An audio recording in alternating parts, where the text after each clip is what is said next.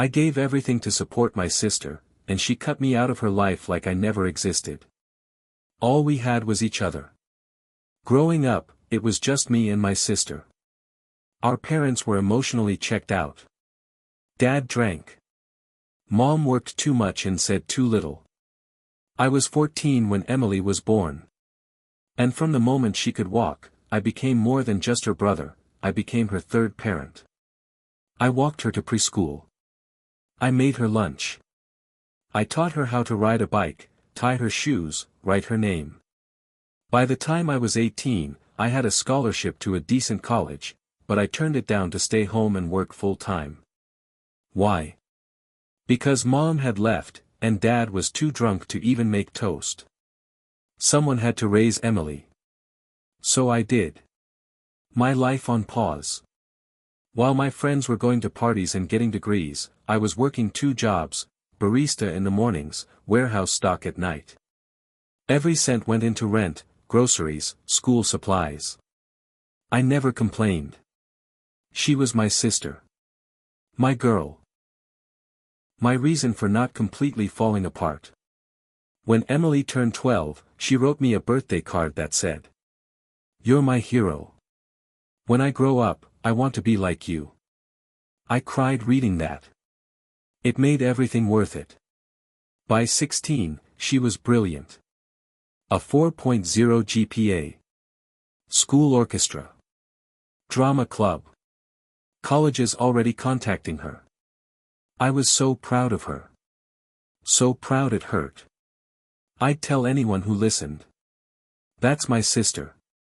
She's going to make it out of this mess. The first shift. I noticed a change when she got her first boyfriend. He was older. Slick. Drove a fancy car. Flashy. I didn't like him. At all. I told her he gave me bad vibes. Controlling. Fake charming. She rolled her eyes and said, "You're just jealous I have a life." That stung more than it should have. But I backed off. I didn't want to be that brother. Still, I kept paying her phone bill. Bought her laptop for college. Covered her car insurance. Drove 3 hours just to help her move into her dorm. The phone call that broke me.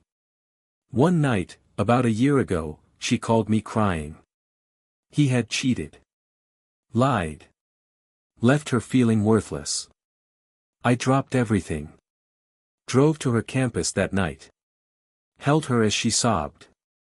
Ordered her takeout. Cleaned her apartment. Stayed until she fell asleep. Before I left, I tucked $300 in her kitchen drawer and texted her. "I believe in you.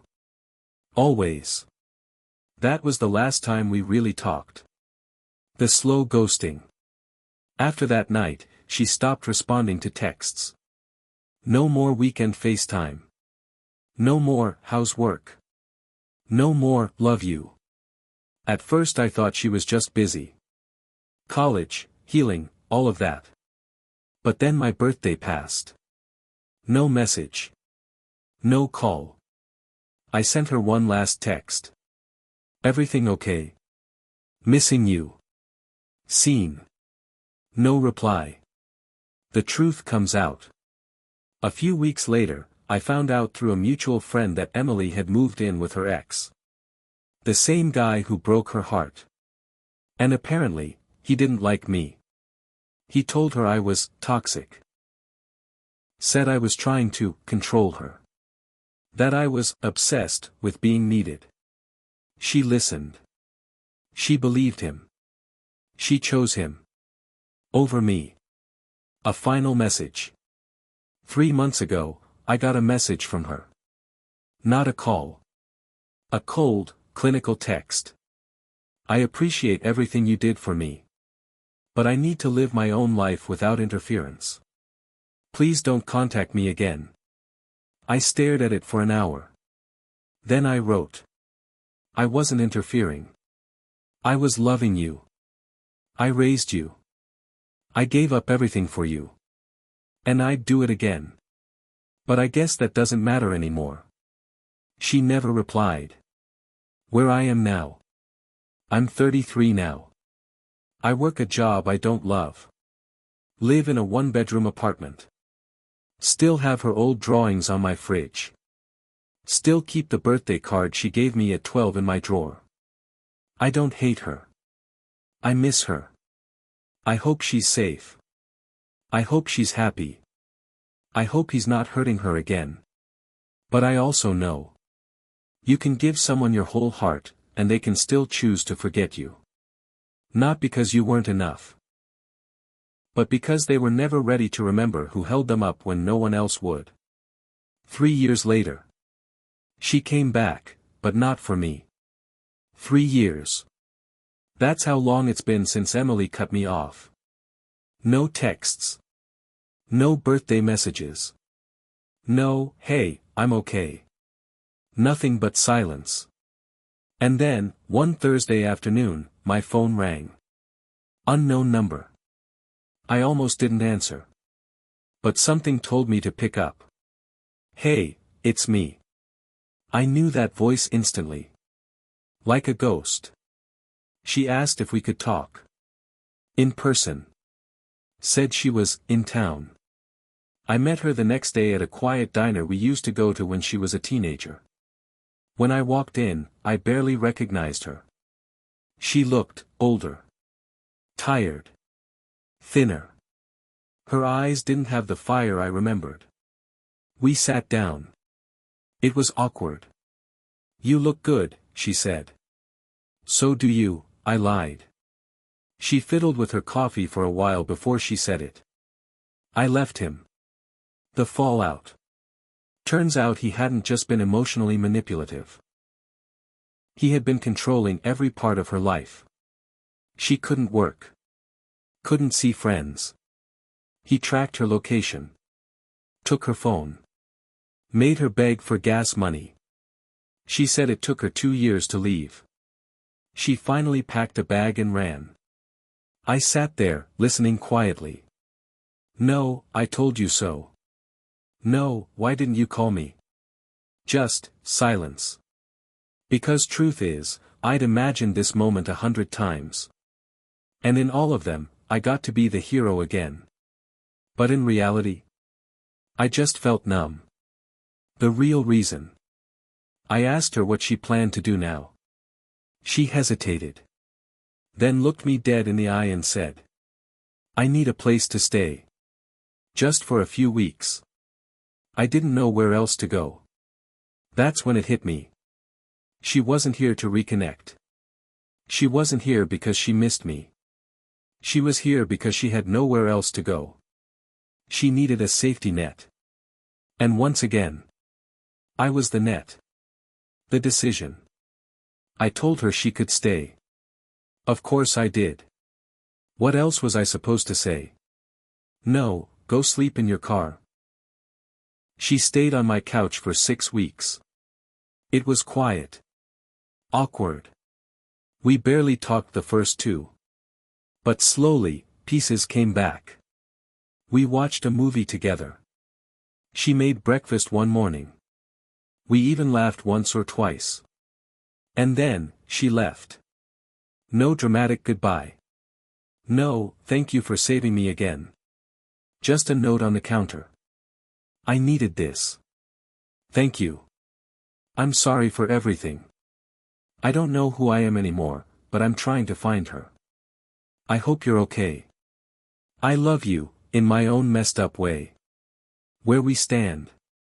It's been 6 months since she left. She sends the occasional text now. A meme. A song we used to like. Thinking of you. Nothing deep. Nothing healing. Just, fragments. I don't know if I'll ever fully get her back.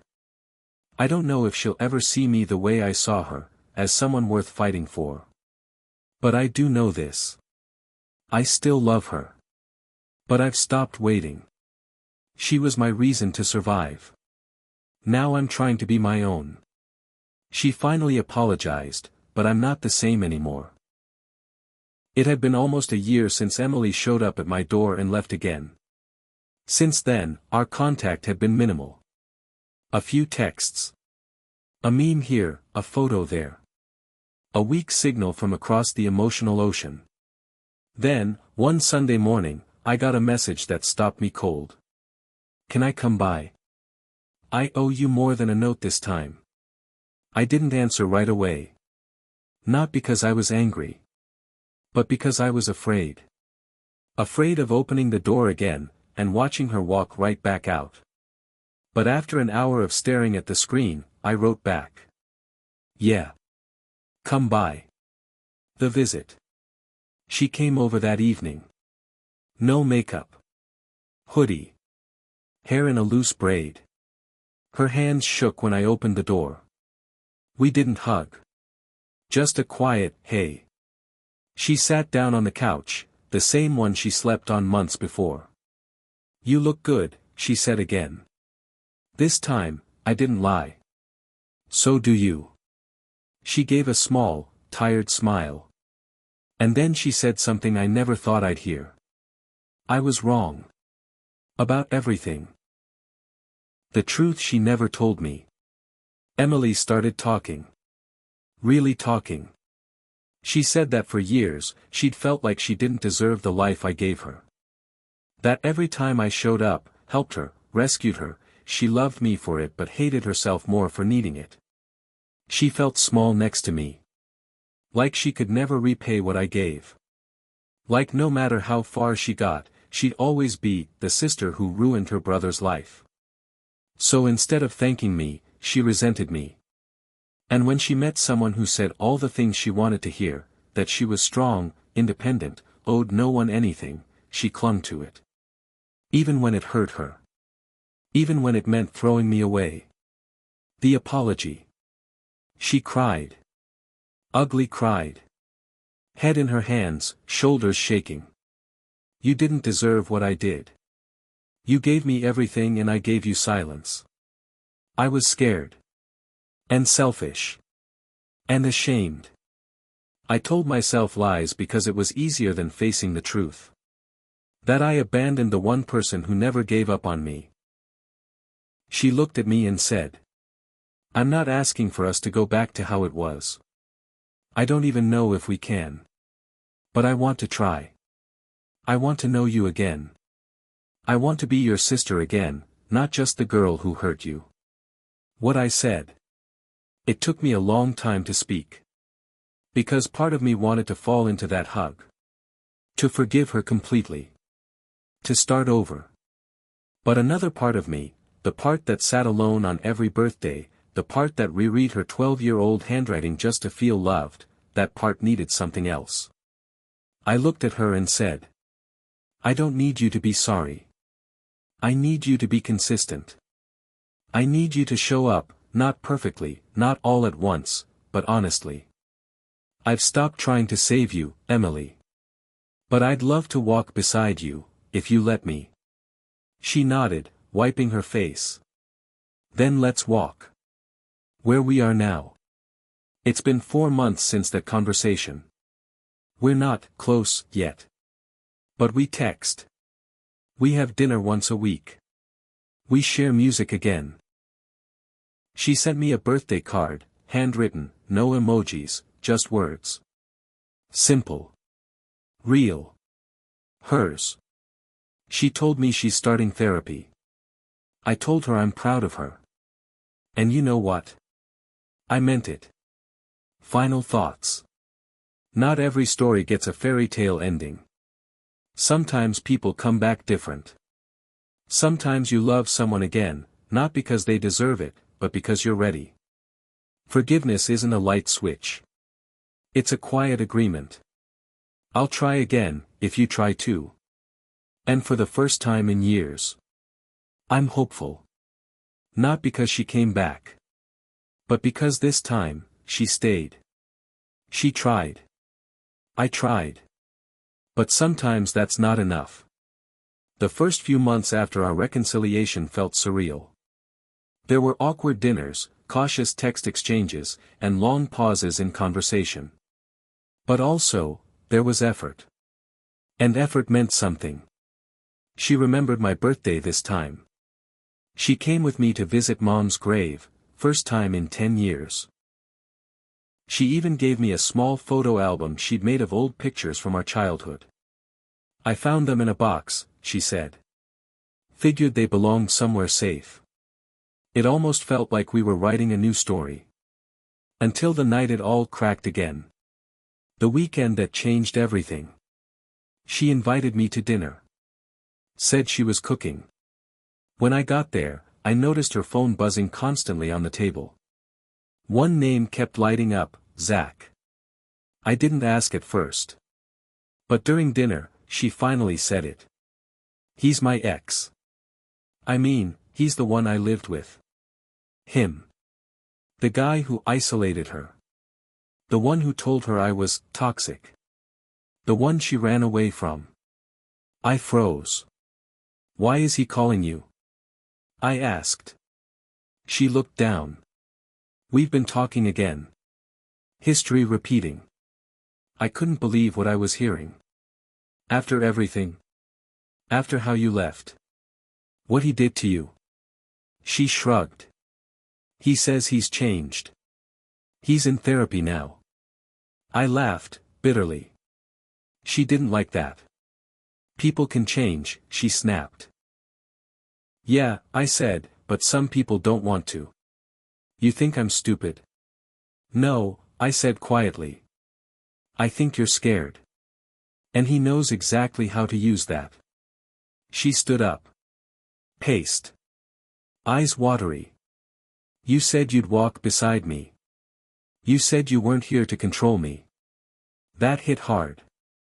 Because she was right. The hardest decision. We didn't talk for a few weeks after that night. She didn't block me.